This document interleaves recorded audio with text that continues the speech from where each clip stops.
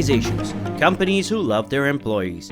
In the 21st century, organizations have a different work environment compared to what our fathers and their fathers used to have. In this era, companies are advocating a positive work environment that stimulates the growth, development, and success of its members. After all, it ultimately decides its success or failure. Hello, and welcome to APP Mindset. In this video, we will be looking at the philosophy of positive organizations, their importance, and how companies may embrace it in their work environments. Watch this video till the last minute to stay motivated and revolutionize your workspace. So what are positive organizations? Positive organizations are the corporations that promote a healthy workspace lifestyle where employees flourish as they work. As a result, the outcome of the employees exceeds tenfold, and their performance is more inspiring and effective. Many companies will argue that having a high-pressure and work-oriented culture will drive revenue and profits in the company, but they are wrong here. The environment is like cancer to the employees.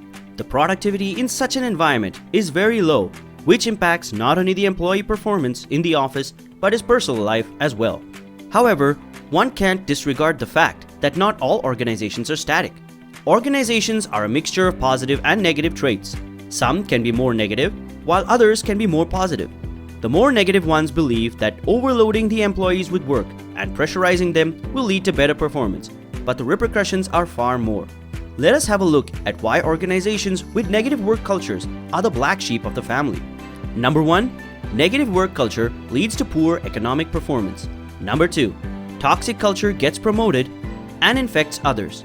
Number 3. An enraging toxic culture gives rise to unethical behavior inside or outside the workplace, which destroys trust. Number 4.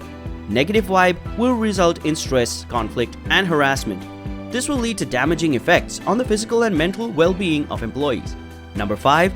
All the negative vibes at work make one feel dull when he returns home. This exploits social happiness, leading to burned out and overstressed individuals. If you are employed in a company with such a work environment, then you might be relating to these points. It's clearly not pleasant experience. Therefore, people, especially CEOs, need to know more about positive organizations and cherish their importance. Here's why such positive culture is important. Positive organizations have characteristics that promote growth, development, diversity, and feedback.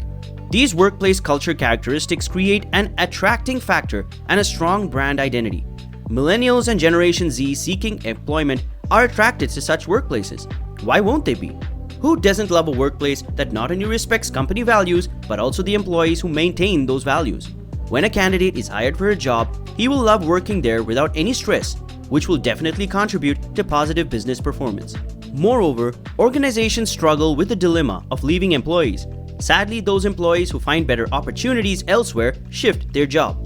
But if an organization that advocates positive work culture will see more employee retention rates, why won't they stay? I hope I don't have to say the characteristics again and again. Now that you've understood what the consequences of negative workplace culture are and the importance of a positive organization, let us look at how companies can incorporate positive culture in the workplace environment. With the right management and efforts of the HR team, changing from negative culture to a positive one is highly possible. Number 1. Evaluate where the company stands. Change comes from understanding the flaws in the current system. If the current system won't be analyzed, then enforcing the positive standards will be much difficult. Unfortunately, change might not work the way you wanted. Therefore, it is essential to evaluate the current workplace culture by building insights about current working styles, the relationship between managers and employees, company policies, and company values. Number 2. Change of mindset. Your company leaders may have the traditional ways of getting things done. No, we are not saying to remove them and let the new generation take the lead. Nor am I disagreeing with the fact of young leaders. Your company leaders can be trained by trainers who advocate positive psychology. The flow of positive vibe in the upper hierarchy will enable them to apply a more positive mental map that aligns with the working of a positive organization. Not only the leaders but the employees must be trained as well. Individual training programs can work here. Not only the management staff but the non-management staff can benefit from it and adapt to the new environment. Along with training, team building activities can be a bonus point that can foster positive relationships between the company employees. Number 3. Give employees room to work. Not the actual room, but a metaphorical room to work. It is a fact that whenever people are given the liberty to shape their task, responsibility, or role as per their will, they are more likely to perform better. Therefore, employing a structure of letting the employees perform tasks as per their values, passion, and strength will definitely contribute to a positive workflow. The manager only needs to supervise and help the employees if he is stuck, while the employee must make the best use of his strengths and passion to perform the task at a higher efficiency. Number 4. Create a progressive, positive work environment. A workplace must be the one that stimulates productivity and creativity. A depressing work environment will never contribute to any organization's positive growth. Creating a comfortable work environment is key. If you've seen the modern offices, that is what I'm talking about. Areas for discussion, a cubicle for isolation, ergonomic furniture, lighting that does not hurt in any way, and aesthetic wallpaper and interior design. This may look fashionable, but this is what modern offices are, and their primary focus is to create a positive organization to improve productivity and creativity. Number 5. Looking after employees. Creating a positive environment is like making an employee feel at home.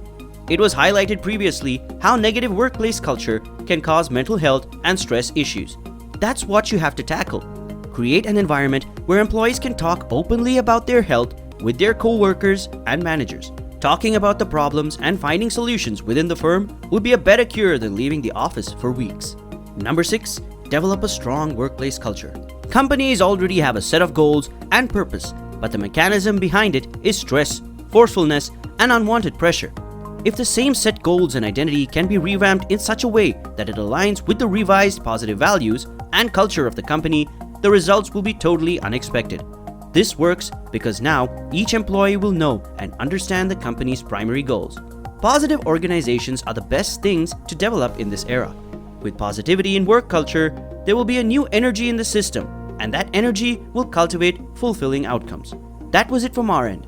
Tell us in the comments below what aspect of positive organization you like the most. Stay blessed and stay happy.